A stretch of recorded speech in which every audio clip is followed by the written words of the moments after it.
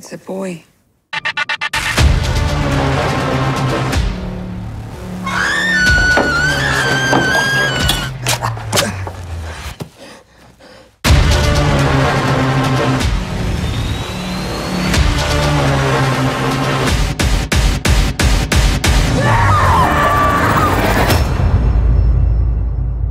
Good. We're all happy then.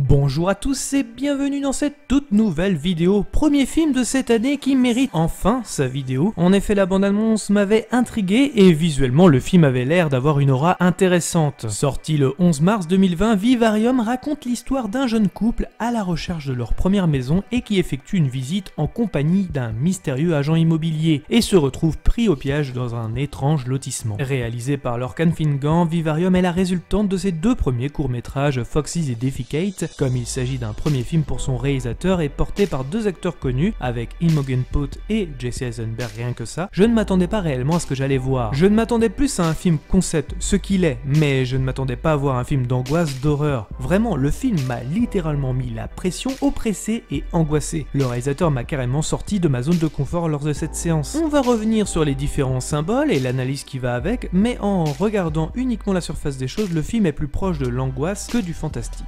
Passons donc à l'analyse du film, on commence avec ce jeune couple qui recherche une maison. Leur vie semble être épanouissante au début du film, ce qui n'est pas un hasard. Pourtant, lors de cette recherche de biens immobiliers, c'est là que tout bascule. Le jeune couple enfermé dans ce quartier que l'on peut qualifier d'étrange, toutes les maisons se ressemblent, y compris les allées et les extérieurs, créant déjà un véritable labyrinthe. Première analyse qui souligne le conformisme et l'aliénation des individus dans une société consumérisme. Alors qu'ils n'ont pas encore pris de décision, ni fait de proposition d'achat, les individus sont déjà pris au piège. Et là, on peut déjà faire un parallèle au prêt bancaire. En effet, lorsque vous contractez un prêt pour un achat immobilier, vous serez propriétaire que lorsque votre prêt sera remboursé. Vous ne devenez pas propriétaire lors de la remise des clés. Et le prêt est également un piège. L'endettement permet le rêve à atteindre. C'est pour cela aussi que dans le film, vous avez un ciel surréaliste où les nuages sont tous pareils. L'utilisation du fantastique permet de l'illustrer parfaitement. Je me permets aussi une aparté, et ce même si le réalisateur nous parle de cauchemar immobilier. Je vous avoue que je ne peux m'empêcher de faire un parallèle au monde du cinéma, là où Netflix et Disney nous bombardent d'œuvres avec un cahier des charges bien visible, la bien-pensante, toutes les sexualités origines doivent être présentées, anti-patriarcal, même schéma narratif, nuit à la créativité, au goût, aux sensations. Ces films aux héros interchangeables doivent être conformes à ce cahier des charges, comme les maisons,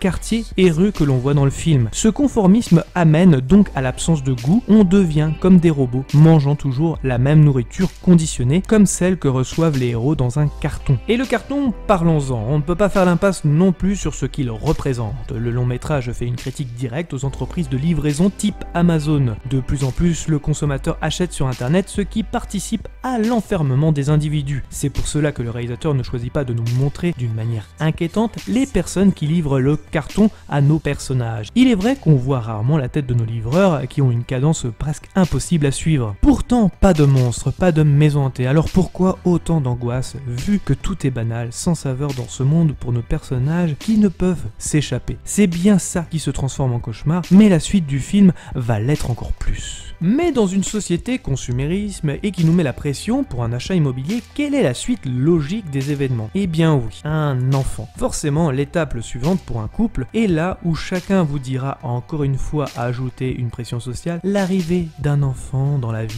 c'est merveilleux. Ici, dans le film, l'enfant paraît presque un extraterrestre dans son attitude à observer et imiter les adultes. Il est également aussi vu comme un enfant démon qui crie quand il a faim, pose des questions tout le temps, une horreur à vivre. Vous avez toujours entendu ces jeunes parents dire « Ah, ils grandissent trop vite ». Cette expression ô combien populaire est prise de façon littérale dans le film, l'enfant grandit de façon anormale. Dans le film, tout se répète comme une routine bien huilée de la vie, mais en faisant cela et en étant soumis dans une vie que la société nous impose, est-ce qu'on ne creuse pas sa propre tombe? C'est une très bonne question, et vu le pessimisme du film, le réalisateur va jouer là-dessus avec le personnage de Jesse Eisenberg, Tom, qui creuse dans la deuxième partie du film sans s'arrêter. Là aussi plusieurs symboles, celui du travail de répétition, comme les usines, ou alors des boulots dont on se pose parfois la question quand on se lève, est-ce que c'est réellement utile ce que je fais tous les jours? Ah, on se l'est tous posé cette question avant d'aller au travail. Lorcan Vingan transpose cela avec Tom qui fait son trou, symbolisant donc le travail ô combien physique mais qui mène nulle part. Toussant de plus en plus, Tom finit par mourir de son travail. Vivre pour travailler ou travailler pour vivre, telle est la question. D'ailleurs, l'autre symbole évoqué, c'est bien celui du patriarcal qui finalement se veut toujours aussi présent. Deux scènes les caractérisent, celui où Imogen Poots, Gemma, doit laisser le volant à Tom car il tourne en rond depuis un long moment dans le quartier.